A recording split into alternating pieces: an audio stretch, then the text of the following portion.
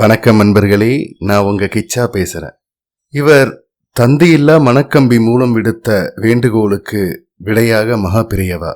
ஒரு அன்பர் மனசார மகாபெரியவா கிட்ட பிரார்த்தனை பண்ணிக்கிறார்.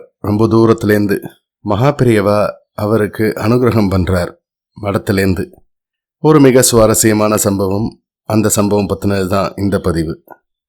அந்த சம்பவம் பற்றி மேலும் நம்ம தெரிஞ்சுக்கிறதுக்கு முன்னால் நம்ம சேனலை இது வரைக்கும் சப்ஸ்கிரைப் பண்ணாதவங்க கண்டிப்பாக பெல் ஐக்கான் கிளிக் பண்ணுங்க, சப்ஸ்கிரைப் பண்ணுங்க. உரிய காலம் வந்த போதிலும் மகாபெரியவா அன்று ஸ்நானம் பூஜைகளுக்கு செல்லாமல் சிந்தனை வசப்பட்டு கொண்டிருந்தார். சிந்தனை கலைந்ததும் ஸ்ரீமடத்து மேனேஜரை அழைத்து எங்கோ 1000 மைல் கடந்து உள்ள ஒரு சாமானிய பக்தருடைய முகவரியை தேடி பிடித்து எடுத்து வரச் செய்கிறார். ஒரு குறிப்பிட்ட தொகையை சொல்லி அதை உடனே அந்த பக்தருக்கு தந்தி மணி ஆர்டர் செய்ய சொல்கிறார்.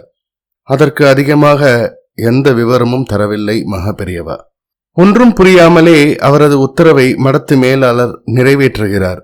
சில நாட்களுக்கு பின் அந்த பக்தரிடமிருந்து நன்றி கண்ணீராலேயே எழுதிய மடல் வருகிறது. அதாவது ஒரு 4-5 நாட்களுக்கு பிறகு. அன்று அவர் தனது தந்தையின் சடலத்தை போட்டுக்கொண்டு உத்தரக்கிரியைக்கு பொருள் இல்லாமல் தவித்து உட்கார்ந்து கொண்டிருந்தாராம். மகாபெரியவாளின் சந்திரமௌலீஸ்வர பூஜைக்கு நீண்ட காலம் நிதமும் குடலையாக வில்வம் கொண்டு வந்து கொடுத்து பில்வம் வைத்தாய் என்றே அவரால் அன்புடன் அழைக்கப்பட்டவர்தான் அந்த தந்தை.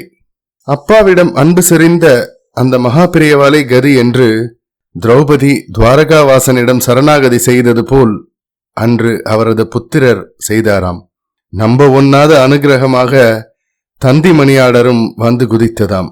இவர் தந்தியில்லா மணக்கம்பி மூலம் விடுத்த வேண்டுகோளுக்கு விடையாக ஜெய ஜெய சங்கர ஹர ஹர சங்கர. இந்த பதிவு உங்களுக்கு பிடிச்சிருந்தா லைக் பண்ணுங்க, ஷேர் பண்ணுங்க, கமெண்ட் பண்ணுங்க. மறக்காம பெல் ஐகான் கிளிக் பண்ணுங்க, சப்ஸ்கிரைப் பண்ணுங்க. நன்றி அன்பர்களே.